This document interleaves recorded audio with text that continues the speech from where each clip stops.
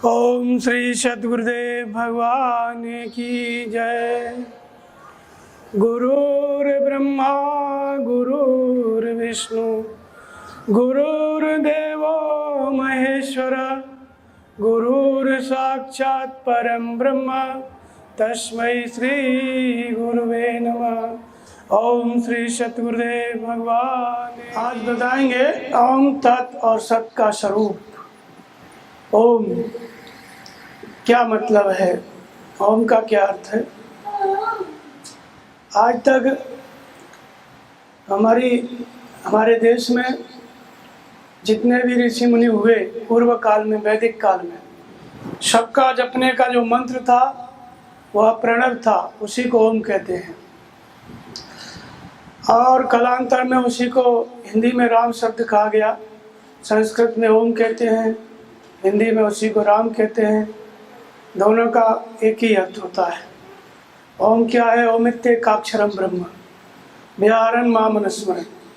ओम अक्षय ब्रह्म का परिचायक है। जो अविनाशी ब्रह्म है उसका संबोधन है ओम।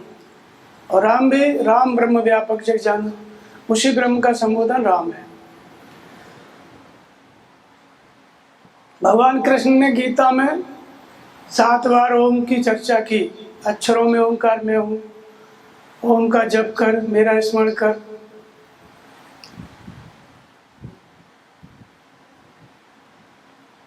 ऐसे ओम शब्द का जप आया, जप के बारे में 7 बार चर्चा आई। अध्याय 17 में फिर उन्होंने पूरा स्वरूप बताया कि ओम, तत् और सत, ये 3 प्रकार का परमात्मा का नाम ब्रह्म के मुख से विस्तारित हुआ।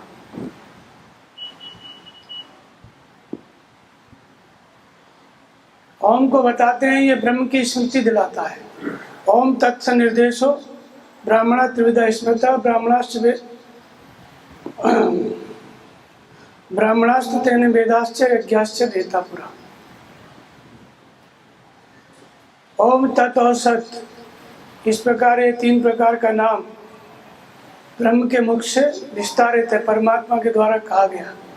और यज्ञ, वेद और ब्राह्मण इसके द्वारा रचे गए। तो नाम तो एक ही है ओम, लेकिन उसकी विशेषताएं बताई तत् और सत। ओम को बताते हैं कि ओम के जप से ही यज्ञ, वेद और ब्राह्मण रचे गए। तो वैसे ओम का मतलब है ब्रह्म का परिचायक, परमात्मा का परिचायक, परमात्मा की स्मृति जो दिलाता है, ब्रह्म की स्मृति दिलाता है। अर्थात हम जो परमात्मा को भूल गए हैं, परमात्मा सबके हृदय में है। ज्योति सामक तज्ज्योति तमसा परमुच्यते, वह ब्रह्म ज्योतियों का भी परम ज्योति है, अज्ञान से अत्यंत परे है और हृदय सर्वश्रेष्ठ विष्टतम। इस प्रकार से वो सबके हृदय में निवास करता है। तो जो कुछ हम बाहर देखते हैं, संसार और हमारे जो भीतर है, वो सब कुछ इस ओम के ही अंतर्गत आ जाता है। इसके बाहर कुछ भी नहीं। ये सबसे बड़ा शब्द है, सारे शब्दों की उत्पत्ति इसी से है। इसलिए पूरे ब्रह्मांड में जब बारीकी से आप सुनेंगे, सिर्फ ओम की ध्वनि प्रसारित है और उसी से संपूर्ण सृष्टि उत्पन्न होती है, उसी में विलीन होती है। उसी को भगवान कृष्ण ने जपने का नाम कहा कि इसका जप कर। और पूर्व ऋषि हुए, वैदिक ऋषि, उन सब ने भी ओम का ही जप किया। इसका नाम प्रणव भी है। प्रणव का मतलब होता है प्राण, माने प्राण शक्ति। जो प्राण हमारा, इसके अंतराल में जो शक्ति है, ये शक्ति जो संसार में व्यय है, इसको सिमेट करके परमात्मा में लगा देता है, अपने आप में इकट्ठा कर लेता है। इसलिए इसका एक नाम क्या है? प्रणव। इसको प्रणव भी कहते हैं। तो पूर्व काल में जपने का नाम ओम ही था, प्रणवी था। बाद में फिर अभी बहुत से लोगों का मत ये रहता है कि ओम का जप कौन करे कौन ना करे। आधुनिक समय में नई नई व्याख्या कर दी है लोग। कोई कहता है ओम का जप स्त्रियों को नहीं करना चाहिए, कोई कहता है पुरुषों को करना चाहिए, स्त्रियों को नहीं करना चाहिए। ऐसे भेद डाल दिए बहुत से प्रकार के। लेकिन भगवान कृष्ण ने ऐसा कुछ भी नहीं कहा। वो इसको बताते हैं कि 3 प्रकार का नाम, अर्थात नाम तो एक ही है ओम, लेकिन तत् और सत ये उसकी विशेषताएं हैं दोनों, इनके साथ ही उसको जपा जाता है। तो ओम तस् निर्देशो ब्राह्मणस्थ हृदय स्मृत ब्राह्मणश्च एन वेदाश्च यज्ञाश्च वेता पुरा, ये 3 प्रकार का नाम। तो यज्ञ वेद और ब्राह्मण रचे गए ओम के जप से।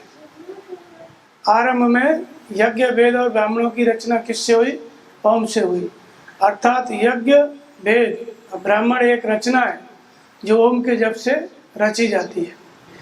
तो इसलिए स्थान स्थान पर भगवान कृष्ण ने कहा कि इस परमात्मा का हम स्मरण कैसे करें, उसकी पूजा कैसे करें।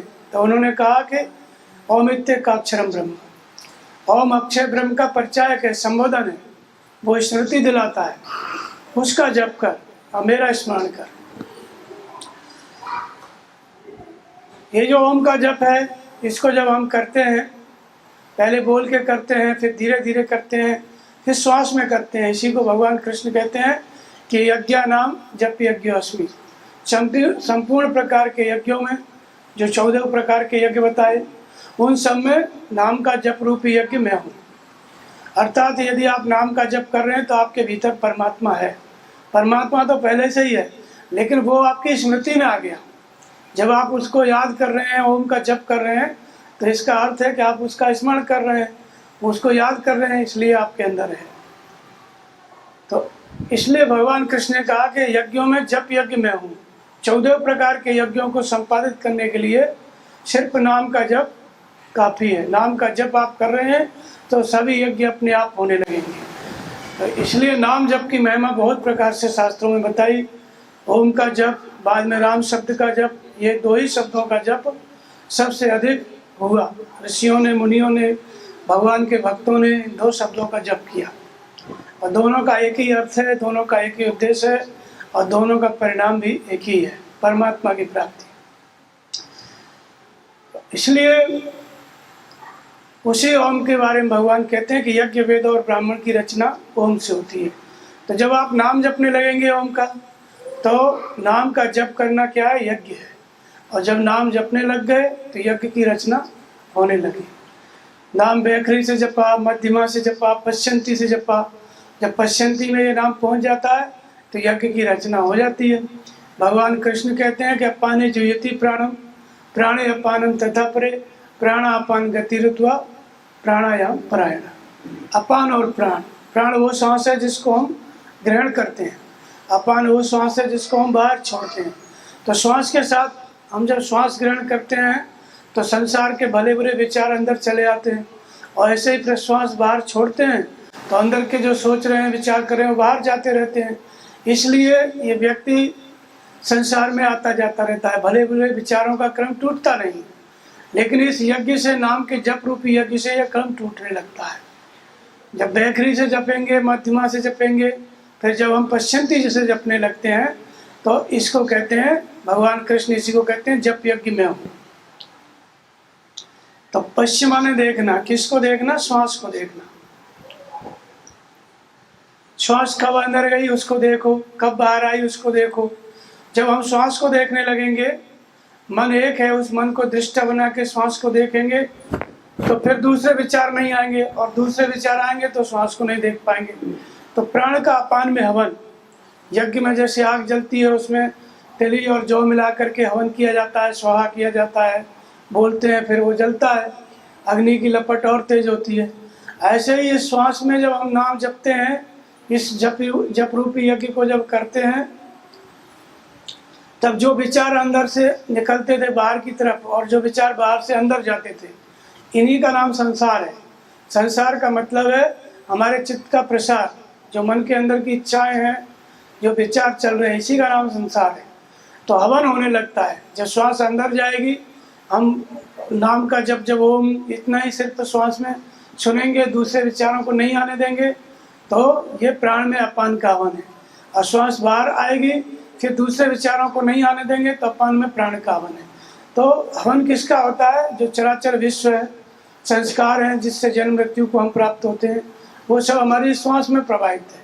जब नाम जपने लगते हैं, तो इसलिए नाम जपते जपते जब पश्चिमी श्रेणी में नाम आ जाता है, तो इसको कहा जाता है नाम का जप रूपी यज्ञ। तो भगवान कृष्ण क्या कहते हैं अध्याय 17 में कि इस ओम के जप से यज्ञ वेद और ब्राह्मण रचे गए। तो जप रूपी यज्ञ, जब नाम का जप संपादित होने लगा तो यज्ञ की रचना हो गई। और जब यज्ञ भली प्रकार संपादित होने लगता है, नाम का जप श्वास प्रश्वास के द्वारा होने लगा, मन रुकने लगा, तो फिर वेद की रचना वेद उत्पन्न होने लगता है। वेद का मतलब एक तो पुस्तक है जिसमें लौकिक पारलौकिक ज्ञान सब भरा हुआ है, लेकिन वो तो एक आरंभिक शुरुआत के लिए। असली जो वेद है जिससे वो वेद नामक पुस्तक बनाई गई, वो वेद कहाँ से उतरा?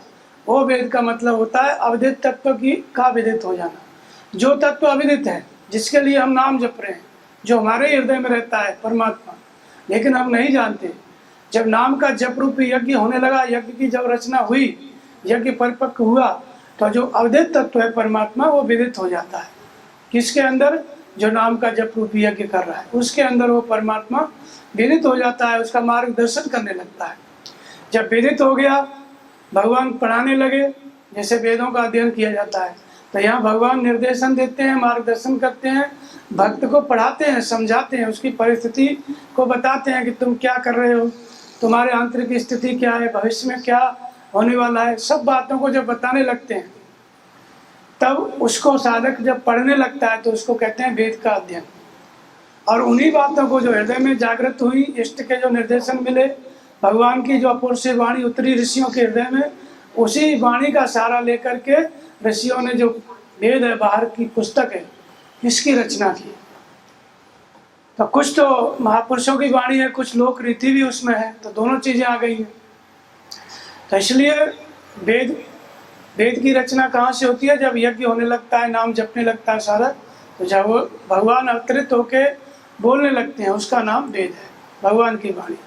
और उस वेद का अध्ययन करते करते अपूर्व से वाणी के अनुसार साधक नाम जपते जपते जब आगे बढ़ने लगता है, चलने लगता है, और जब ब्रह्म को जान लेता है, तो उसी को क्या कहा गया? ब्राह्मण। तो यज्ञ वेद और ब्राह्मण, इनकी रचना किससे हुई? ओम के जप से। इसीलिए भगवान कृष्ण क्या कहते हैं कि जप यज्ञ नाम जप यज्ञोऽस्मि। ओम का जप आप कर रहे हैं तो आपके अंदर मैं हूँ, भगवान है। क्योंकि ओ माने वह परमात्मा, अहम माने आप स्वयं, जिस परमात्मा का निवास आपके अंदर है। लेकिन हमारी स्मृति में कब आता है? जब हम जपने लगते हैं, उसको याद करने लगते हैं, तब हमारी स्मृति में आ जाता है, हमको परमात्मा याद होने लगता है। और जब नाम जपते हैं तभी वो परमात्मा निर्देशन देने लगता है, अपनी क्रिया चालू करता है, जो उसका काम है भगवान का, वो काम चालू हो जाता है। तो इसलिए यज्ञ वेद और ब्राह्मण रचे गए। ब्रह्म को जान लिया, विदित कर लिया, तो ब्राह्मण। तो ये तीनों नाम के जप से रचना इन तीनों की होती है। बाहर ब्राह्मण कोई जाति नहीं है, बाहर कोई प्रक्रिया नहीं है, आंतरिक प्रक्रिया है तीनों। ये एक साधना की स्थितियां हैं। लेकिन ये ओम का जप किया कैसे जाता है? तो उसके लिए 3 प्रकार से नाम कहा गया, ओम, तत् और सत। ओम का मतलब जैसे कहा कि ओम माने वह परमात्मा, अहम माने आप स्वयं, जिसका निवास आपके अंदर है। तो बाहर कौन है? भीतर आपके परमात्मा है, तो बाहर कौन है? बाहर और भीतर सर्वत्र कण कण में व्याप्त परमात्मा ही है। लेकिन जब अपने भीतर हम देखते हैं तभी हमको बाहर दिखता है। जब भीतर हम नहीं देख पाएंगे तो बाहर हमको पेड़ पत्थर पानी दिखेगा, परमात्मा कभी नहीं दिखेगा। लेकिन भगवान कहते हैं कि बाहर भी वो परमात्मा है। भगवान कृष्ण ने स्थान स्थान पे इस बात को बताया कि जब व्यक्ति का यज्ञ पूर्ण हो जाता है, जब परमात्मा को प्रत्यक्ष देखता है, तो वो कहाँ पे देखता है? तो संपूर्ण भूतों में अपनी आत्मा को देखता है और संपूर्ण भूतों को अपने अंदर देखता है। यो माम पश्यति सर्वत्र सर्वम च मैं पश्यति तस्याम न प्रणश्यामि सच में न प्रणश्यति। जो साधक, जो भक्त सर्वत्र मुझ परमात्मा को देखता है और संपूर्ण सृष्टि को मुझ परमात्मा के अंदर देखता है, वही यथार्थ देखता है। और ये क्या है? यही अनुभूति है। ये क्या है? अनुभूति है। तो जो परमात्मा अंदर था, नाम जपते जपते उसकी ऐसी स्थिति आई ओम का जप करते करते कि जब उस ब्रह्म को देखा, प्रत्यक्ष देखा, तो कहाँ देखा? बाहर भी देखा, भीतर भी देखा। स्वर्ग नरक वर्ग समाना, जहाँ तहाँ देख धरे धनवाना, ईश अवश्यमिदं सर्वम यत् किंचित जगत्याम जगम। सर्वत्र ईश्वर को ही देखा। तो इसलिए वो परमात्मा अंदर तो है ही, बाहर भी कण कण में परमात्मा ही व्याप्त है। लेकिन ये बाहर परमात्मा है, ये पराकाष्ठा की स्थिति है, महापुरुषों की अनुभूति है। आरंभिक साधक के लिए परमात्मा हृदय में ही है, वहीं उसको मानना पड़ेगा, बाहर उसको भाव करना पड़ेगा, बाहर भी परमात्मा देखने का अभ्यास करना पड़ता है। लेकिन महापुरुषों की अनुभूति है, ये अभ्यास का परिणाम है, जब उनको सर्वत्र परमात्मा दिखता है। तो इसलिए अंदर भी परमात्मा है, बाहर भी परमात्मा है। किसके लिए? जो सिद्ध हो गए, ईश्वर को प्राप्त कर लिए, जो ब्रह्म को जान लिए। तो इसलिए दूसरा विशेषता बताया इस ओम के जप की, कि ओम का जप तो आप करो, भजन तो हम करें, नाम जपें, लेकिन तत् माने वह परमात्मा ही सर्वत्र है, ऐसा जान करके उसके प्रति समर्पित होकर के करें। तत् का मतलब है समर्पण, उस परमात्मा के लिए समर्पित होकर के हम नाम का जप करें। तो तुलसीदास जी इस बात को रामायण में बताते हैं कि सो अनन्य जाके असी मत न करे हनुमंत, और मैं सेवक सचराचर रूप स्वामी भगवंत। हनुमान जी से बताते हैं कि वह सेवक है जिसकी बुद्धि में ऐसा निश्चय अचल स्थिर हो गया कि मैं सेवक सचराचर रूप स्वामी भगवंत, मैं परमात्मा का सेवक हूँ, और चराचर विश्व परमात्मा का स्वरूप है, चराचर विश्व परमात्मा का स्वरूप है। तो ये सेवक की अनुभूति है, उसको चराचर विश्व में परमात्मा दिखता है, और वही परम सेवक है, पराकाष्ठा पर पहुंचा हुआ, वो अनन्य भक्त है, अनन्य सेवक है, जिसकी ऐसी अनुभूति है। तो उसी बात को यहाँ पे बताया गया कि तत् माने हुआ परमात्मा सर्वत्र है, ये महापुरुषों की अनुभूति है। और इसलिए जब नाम जप आरंभ करें तो ऐसा समर्पित होकर के नाम का जप आरंभ करें कि वह परमात्मा ही सर्वत्र है, वही मेरे हृदय में है, उसी को निमित्त बना करके मैं नाम जप रहा हूँ। तो समर्पित होकर के यज्ञ दान और तप की क्रिया की जाती है। तो यज्ञ माने नाम का जप, दान माने फिर समर्पण, और तप माने मन से इंद्रियों को उस नाम जप के अनुरूप तपाना। जब जब भागे मन, जब जब भागे इंद्रियां, जब जब चेष्टा करें, सब ओर से समेट के फिर नाम जप में लगाना, इसका नाम तप है। तो इसलिए यज्ञ दान तप माने साधना, नियत कर्म, इसका आरंभ किया जाता है ओम के जप से। लेकिन कैसे करें? समर्पित होकर के। इसके लिए तत् शब्द आया। तत् माने वह परमात्मा ही सर्वत्र है, उसके प्रति समर्पित। अब तीसरा बताते हैं सत्य। तो सत्य किसको कहते हैं? सत्य का प्रयोग कहाँ कहाँ होता है? सत्य क्या है? तो उसकी व्याख्या करते हैं कि सद्भावे साधुभावे च सदित्य तत्प्रयुज्यते प्रशस्ति कर्मणि तथा सच्छब्द पार्थ युज्यते। सत्य के बारे में, सत्य के विषय में सबसे पहले ये जो आत्मा है यही शाश्वत है, सत्य है, सनातन है। भगवान कृष्ण आरंभ में ही कहते हैं अध्याय 2 में कि अच्छेद्योयम अधायोयम अखिलेद्यो अशोष्य एवच नित्य सर्वगत स्थाणुर अचिलोयम सनातन। ये आत्मा क्या है? न सतो विद्यते भावो। पहले बताते हैं कि न सतो विद्यते भावो न भावो विद्यते असत, उभयोर दृष्टवंतस्तन्योस्तु तत्दर्शी। सत्य का तीनों कालों में अभाव नहीं है, वो तीनों कालों में रहता है, और असत्य का अस्तित्व नहीं है। तो इन दोनों को किसने देखा? तो कहते हैं कि तत्वदर्शियों ने देखा। सत्य और असत्य के अंतर को तत्वदर्शियों ने देखा। जिन्होंने परम तत्व परमात्मा को प्रत्यक्ष दर्शन किया, उन्होंने सत्य और असत्य के अंतर को देखा। तो इसलिए अध्याय 2 में बताते हैं कि आत्मा ही सत्य है, शाश्वत है, सनातन है। लेकिन आत्मा सत्य है ये तो गीता में लिखा है, हम भी सुनते हैं, सब लोग प्रवचन में भी बोलते हैं। हमारे लिए वो आत्मा सत्य कब होगा? वह सत्य हमारी अनुभूति में कब उतरता है? तो उसको बताते हैं कि सद्भावे साधभावे। हमारे लिए वो आत्मा कब सत्य होता है? जब उसके प्रति हमारी श्रद्धा होती है, उस हृदय स्थित ईश्वर के प्रति, अंतर्यामी आत्मा के प्रति, कुछ भी कहो उसको, अंतःकरण में रहता है इसलिए आत्मा, सबके सब में रहते हुए सबसे परे है इसलिए परमात्मा, स्वर निरोध के साथ विदित होता है इसलिए ईश्वर। ये उसके पर्यायवाची शब्द है, उसी को आत्मा कहते हैं। तो आत्मा सत्य है, ये हमने सुना है, गीता में भी पढ़ा है, लोग भी बताते हैं आत्मा ही सत्य है। लेकिन ये हमारे लिए सत्य होता कब है? हमारे उपयोग में कब आता है? तो सद्भावे साधभावे, जब हमारी श्रद्धा, हमारा भाव हो जाता है उस सत्य के प्रति, जब हम उसको चाहने लगते हैं। जैसे कहते हैं ना कि मैं आपको चाहूँ और पाऊँ। भाव का मतलब है पाने के लिए चाह पैदा हो जाती है, जिज्ञासा हो जाती है। तो जब हमारी श्रद्धा स्थिर हो जाती है इस आत्मा के प्रति, सत्य के प्रति, तब हम उस सत्य के, उस आत्मा के और करीब होते हैं। इसलिए उस श्रद्धा के स्थिर होने को भी सत्य कहा गया। पहले तो आत्मा सत्य है, उसके लिए सत्य शब्द उपयोग हुआ, फिर उसके प्रति हमारी श्रद्धा हो गई तो वो श्रद्धा का होना भी सत्य है। हम और करीब हो गए आत्मा के। लेकिन इससे काम नहीं चलेगा। सद्भावे साधभावे च। अब तीसरा क्या है? साध्य भाव। उस आत्मा को साधने के लिए साधना करना, भजन करना, नियत कर्म का आचरण करना। तो जब हम नियत कर्म का आचरण करने लगते हैं, भली प्रकार वो आचरण होने लगता है। प्रशस्ति कर्मणि तथा। जो नियत कर्म है, यज्ञ की प्रक्रिया, एक परमात्मा में श्रद्धा स्थिर करना, नाम का जप करना, इंद्रियों का संयम करना, स्वयं का अध्ययन करना, 14 प्रकार का यज्ञ कहा। वो जो यज्ञ की प्रक्रिया है वो नियत कर्म है।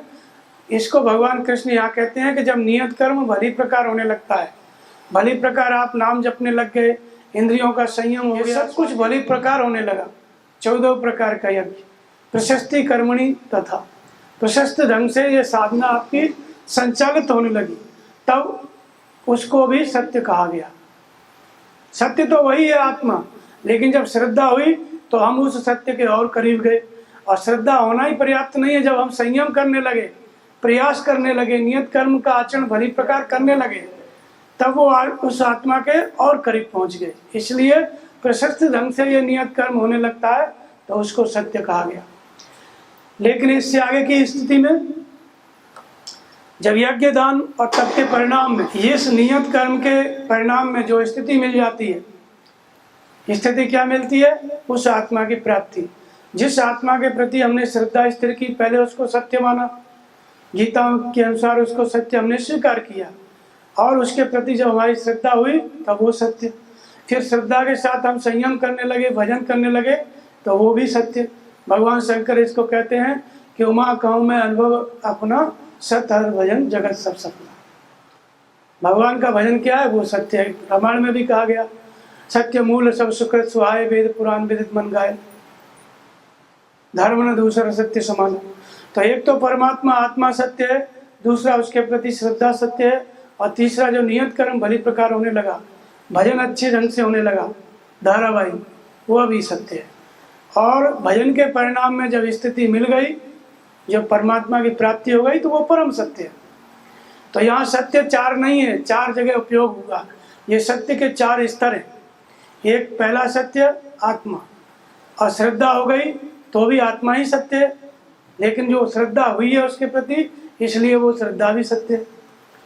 फिर भजन होने लगा, तब भी आत्मा ही सत्य है, लेकिन जब भजन होने लगा, संयम होने लगा, तो आत्मा के हम और करीब पहुंच गए। भगवान और करीब से मार्गदर्शन करने लगते हैं, वो आत्मा बोलने लगती है, चलाने लगती है, इसलिए हम और करीब हो गए। तो इसलिए भजन भी सत्य है। और भजन के परिणाम में, नियत कर्म के परिणाम में स्थिति मिल गई, जो आत्मा मार्गदर्शन कर रहे थे वो विदित हो गई, तो परम सत्य। इसलिए विदित होने पर भी उस सत्य शब्द का प्रयोग हुआ। अर्थात सत्य को की प्राप्ति के, उस आत्मा की प्राप्ति के 4 स्तर हैं। आरंभ में सत्य आत्मा है, लेकिन किसी काम का नहीं है। लेकिन जब भजन के परिणाम में वो स्थिति मिल गई तो संपूर्ण सत्य। तब जो आत्मा सत्य था आरंभ में, वो प्रकट हो गया, वो हमारी अनुभूति में उतर आया, हमने उसको प्रत्यक्ष देख लिया, इसलिए वो परम सत्य। तो भगवान कृष्ण जब शांति दूत बन के जाते हैं, तो पितामह भीष्म कहते हैं कि दुर्योधन, वासुदेव का अपमान मत करना, और ऐसा मत समझना कि तू उनका अपमान करेगा तो उनका अपमान हो जाएगा। ये तो मान और अपमान दोनों से ही परे हैं। उन्होंने कहा कि वासुदेव कृष्ण संपूर्ण सत्य हैं, ये मान और अपमान से दोनों से परे, उनका मान अपमान होता ही नहीं। तो संपूर्ण सत्य कौन है? जो महापुरुष होते हैं, जिनको आत्मा विदित है, आत्म तृप्त हैं, जिन्होंने अपनी आत्मा को प्रत्यक्ष देख लिया, अति में स्थित हैं, वो क्या होते हैं? वो परम सत्य होते हैं। तो यहाँ सत्य के 4 स्तर हैं, न कि 4 प्रकार के सत्य। जब जैसे जैसे हम परम सत्य उस आत्मा के करीब पहुँचते हैं, वैसे वैसे उसका नामकरण होता गया। जब श्रद्धा स्थिर हो गई तो भाव सत्य है, उसके प्रति हम भाव हो गया, हम चाहने लगे तो वो सत्य कहा गया। और भजन होने लगा, सत्य हर भजन जगत सब सपना, भगवान शंकर कहते हैं। तो भजन होने लगा किसके लिए? उसी आत्मा को प्राप्त करने के लिए। मन एकाग्र होने लगा तो वो भी सत्य है। और भजन के परिणाम में परमात्मा विदित हो गया, आप आत्मा को देख लिया तो परम सत्य वो उसी में स्थित हो जाता है। फिर वो व्यक्ति, वो महापुरुष भी परम सत्य होता है। इस तरह से ये सत्य का 4 जगह पे उपयोग बताया। और ये संपूर्ण सत्य की अनुभूति उसी ओम के जप से होती है। तो ओम तत्व सत, ये 3 प्रकार का नाम इसलिए कहा गया, नाम तो एक ही है, ओम का जप। परमात्मा को स्मरण करने के लिए, उसका ध्यान करने के लिए, उसको प्राप्त करने के लिए सिर्फ नाम का ही जप है ओम का। लेकिन किस ढंग से किया जाए, तो समर्पित होकर के बाहर भी हम परमात्मा को देखने का अभ्यास करें संपूर्ण भूतों में, तब जा करके हमारा समर्पण होता है। पहले दिखेगा नहीं, जो चीज़ अलग अलग है वो अलग अलग ही दिखेगी, लेकिन जहाँ जहाँ मन जाए वहाँ वहाँ वही देखने का प्रयास किया जाता है। इसलिए कहा कि समर्पित होकर के नाम का जप कर। और फिर सत्य की परिभाषा दिया। सत्य का मतलब वही परम सत्य है, लेकिन वो परम सत्य हमारी अनुभूति तक में कैसे उतरता है, तो जब हम सत्य मान लेते हैं परमात्मा को, हृदय स्थित ईश्वर को या आत्मा को, जब सत्य मान लेते हैं, श्रद्धा स्थिर हो जाती है, तो वहाँ से हम नाम जब आरंभ करते हैं तो वो सत्य है। जो भजन हम आरंभ किए, भजन अच्छे ढंग से होने लगा तो वो सत्य है। और भजन पूरा हो गया, भगवान की प्राप्ति हो गई, तो जिसको प्राप्ति हुई है वो स्वयं भी परम सत्य है। तो इस तरह से ये ओम के जप के बारे में भगवान कृष्ण ने बताया। इसको करने का अधिकार सबको है। भगवान कृष्ण कहते हैं कि अपचेत्सो दुराचारो भजते माम अनन्यभाग साधु रेव से मंतव्य सम्यक व्यवसोतो इससा। अत्यंत दुराचारी भी अर्जुन मेरा भजन करके शीघ्र ही धर्मात्मा हो जाता है, शाश्वत शांति को प्राप्त कर लेता है। तो ऐसी बात नहीं है कि ओम का जप केवल पुरुष करेंगे, स्त्रियां नहीं करेंगी। वह तो परमात्मा है, वो प्रत्येक के हृदय में समान रूप से है। स्त्रियों में भी वैसा ही है, पुरुषों में भी वैसा ही है, दोनों में एक जैसा है। इसलिए ओम का जप करते हैं तो हम अपने ही अंदर के परमात्मा की तरफ बढ़ते हैं, क्योंकि वो उसका मतलब है कि जो हमारे अंदर रहता है वो ईश्वर। तो जब हम ओम का जप करेंगे तो अपने अंदर के ईश्वर से जुड़ेंगे। इसलिए ओम का जप सबको समान रूप से करना है। भगवान कहते हैं कि अत्यंत दुराचारी, कोई अपने को पापी मानता है तो पापी मान करके ऐसा नहीं कि मुझे तो मैं बहुत पापी हूँ, मुझसे भजन नहीं होगा, पीछे नहीं हटना है। भगवान कहते हैं सब करो, दुराचारी से दुराचारी भी भजन करो और शीघ्र धर्मात्मा बन जाओ। तो इसलिए ओम के जप का अधिकार सबको समान रूप से है। यज्ञ का, इसी को यज्ञ कहते हैं, जप यज्ञ, इसका अधिकार सबको, 2 हाथ पैर वाले मनुष्य को समान रूप से है। भगवान कृष्ण का खुला आमंत्रण है गीता में। उन्होंने नाम नहीं लिया कि किसको जपना है किसको नहीं जपना है, सीधा कहा कि ओम का जप करो, मेरा स्मरण करो। तो ये साधना की विधि है ओम। इस तरह से ओम तत्व सत को बताया। बोलिए श्री सत्यदेव भगवान की जय।